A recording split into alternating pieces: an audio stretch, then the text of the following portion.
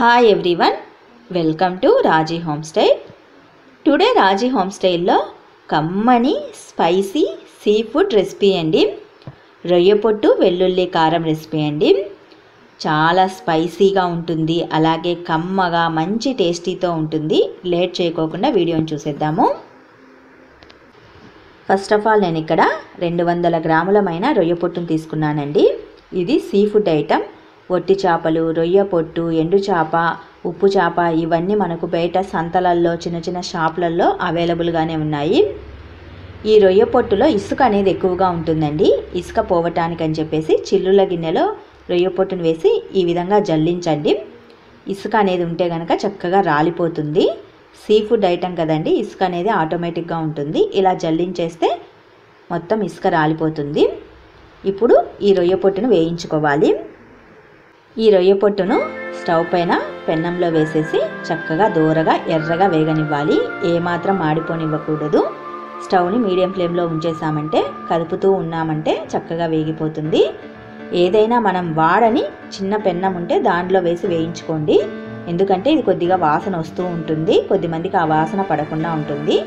కాబట్టి వాడకుండా పక్కన పెట్టేసిన చిన్న పెన్నాలల్లో వేసి వేయించుకోండి. ఇది చక్కగా వేగాలి. వేగిన తర్వాత కాసేపు చల్లారనివ్వాలి. రొయ్య పొట్టు చల్లారేలోగా మనం వెల్లుల్లి కారాన్ని ప్రిపేర్ చేసుకుందాము. ఒక చిన్ని మిక్సీ జార్లో కాస్తంత కొబ్బరి ముక్కలు వేసుకోండి. ఎండు కొబ్బరిని ఇలా చిన్న చిన్న ముక్కలుగా కట్ చేసేసుకొని వేసేసుకోవాలి. దీన్ని ముందుగా బ్లెండ్ చేసుకోవాలండి, మిక్సీ పట్టుకోవాలి. ఇది ఇలా మిక్సీ పట్టుకున్న తర్వాత ఇందులో ఎండుమిర్చిని వేసేసుకోవాలి. 15 వరకు ఎండుమిర్చి పడతాయండి. ఇందులోనే కొద్దిగా గల్లొప్పును కూడా వేసేసుకొని మరి ఒక మారు మిక్సీ పట్టుకోండి. ఈ విధంగా మిక్సీ పట్టిన తర్వాత ఇందులో వెల్లుల్లి రెబ్బల్ని వేసుకోవాలి. 6-7 వెల్లుల్లి రెబ్బలు పడతాయి. ఇలా వెల్లుల్లి రెబ్బలు వేసిన తర్వాత మరి ఒక మారు మెత్తగా పౌడర్ లాగా మిక్సీ పట్టుకోవాలి. వెల్లుల్లి కారం అనేది రెడీ అయిపోయింది.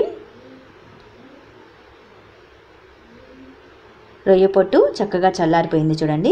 ఇందులో వాటర్ని వేసేసుకొని చక్కగా గిలకరిస్తూ ఈ రొయ్య పొట్టును నీట్గా కడిగేసేయాలండి.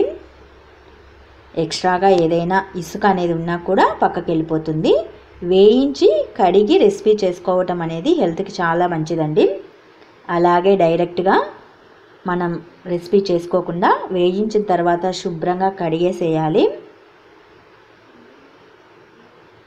చేతితో బాగా గలకరిస్తూ ఈ రొయ్య పొట్టుని నీట్గా కడిగేసేయండి.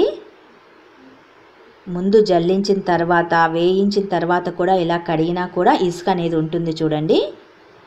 పెన్నంలో కింది భాగాన ఆటోమేటిక్గా మనకు ఇసుక అనేది కనిపిస్తూ ఉంటుంది.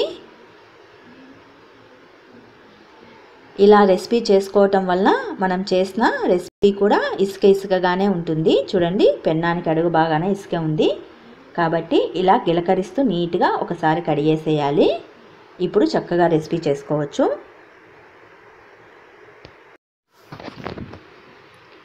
స్టవ్ పైన ఒక వెడల్పాటి పెన్నం పెట్టేసి అందులో 2 నుంచి 3 టేబుల్ స్పూన్ల వరకు ఆయిల్ని వేసుకోవాలి. ఆయిల్ని కాస్తంత ఎక్కువగానే వేసుకోవాలి. ఈ వెల్లుల్లి కారం అనేది ఆయిల్లో వేగటం వల్ల మంచి టేస్టీతో ఉంటుందండి రెసిపీ. ఆయిల్ హీట్ అయిన తర్వాత శుభ్రంగా కడిగి పెట్టి ఉంచుకున్న రొయ్య పొట్టును ఆయిల్లో వేసుకోవాలి.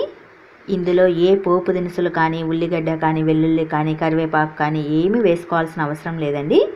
జస్ట్ ఆయిల్ వేడైన తర్వాత రొయ్య పొట్టును యాడ్ చేసుకుంటే చాలు.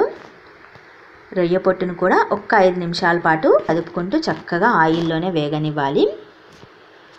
రొయ్య పొట్టు బాగా వేగిన తర్వాత చివరన వెల్లుల్లి కారాన్ని వేసేసుకొని స్టవ్ను ఆఫ్ చేసేసుకుంటే సరిపోతుంది.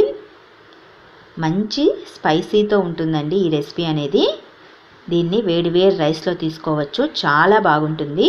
ఏదైనా పప్పు చేసుకున్నప్పుడు సైడ్ డిష్గా కూడా వాడుకోవచ్చండి. మంచి రుచితో ఉంటుంది. ఇది మంచి స్పైసీ రెసిపీ, అలాగే సీ ఫుడ్ రెసిపీ కూడా అనొచ్చండి.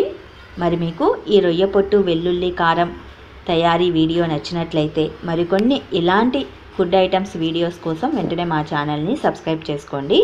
అలాగే ఈ వీడియోని లైక్ చేసి షేర్ చేయండి. ఈ వీడియో